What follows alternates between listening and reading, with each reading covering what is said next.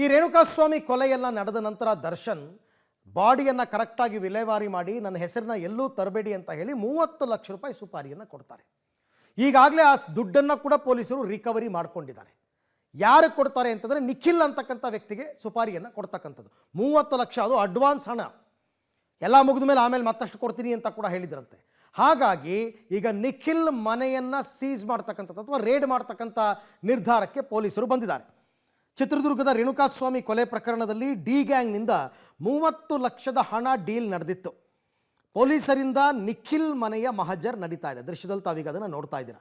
ಇದು ನಿಖಿಲ್ ಅಂದರೆ 30 ಲಕ್ಷ ರೂಪಾಯಿ ಸುಪಾರಿ ತಗೊಂಡಿದ್ನಲ್ಲ ಆತನ ಹೆಸರು.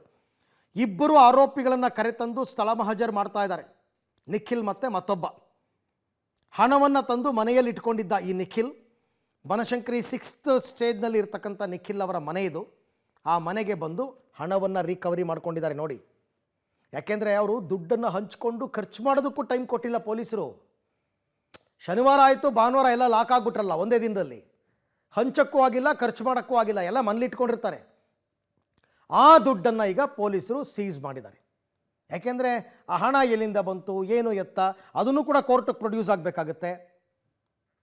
ಈ ಬಗ್ಗೆ ಮತ್ತಷ್ಟು ಮಾಹಿತಿ ನನ್ನ ಕೊಲೀಗ್ ಧನು ಅವರಿಂದ ಪಡ್ಕೊಳ್ಳೋಣ. ಧನು, ಈಗ ನಿಖಿಲ್ ಮನೆಯಲ್ಲೇ ಒಟ್ಟು 30 ಲಕ್ಷ ರೂಪಾಯಿ ಕ್ಯಾಶ್ ಸಿಕ್ಕಿರೋದ ಅಥವಾ ಇನ್ನೆಲ್ಲಾದರೂ ಬೇರೆ ಕಡೆ ಮಹಜರ್ ಮಾಡ್ತಾರಾ?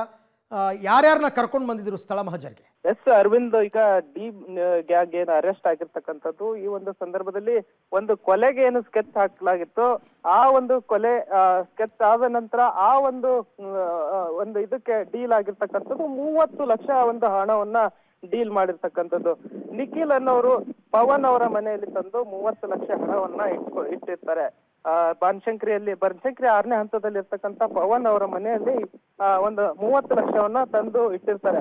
ಬಟ್ ಪವನ್ಗೆ ಈ ಒಂದು ವಿಷಯ ಗೊತ್ತಿರಲ್ಲ, ಯಾವ ಇದಕ್ಕೆ ಕಾರಣಕ್ಕೆ ಏನು ಅನ್ನೋದು ಅವ್ರಿಗೆ ಗೊತ್ತಿರಲ್ಲ. ಇಲ್ಲಿ ತಂದು 30 ಲಕ್ಷ ಹಣವನ್ನ ಇಟ್ಟಿರ್ತಾರೆ.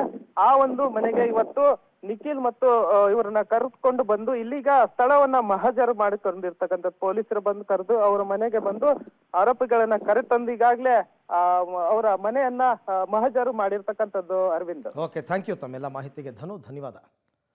ಸೊ ಇಲ್ಲಿ ಸ್ಪಾಟ್ ಮಹಜರ್ ಮಾಡ್ತಾ ಇರ್ತಕ್ಕಂಥ ದೃಶ್ಯಾವಳಿಗಳನ್ನು ತಾವು ಗಮನಿಸ್ತಾ ಇದ್ದೀರಾ.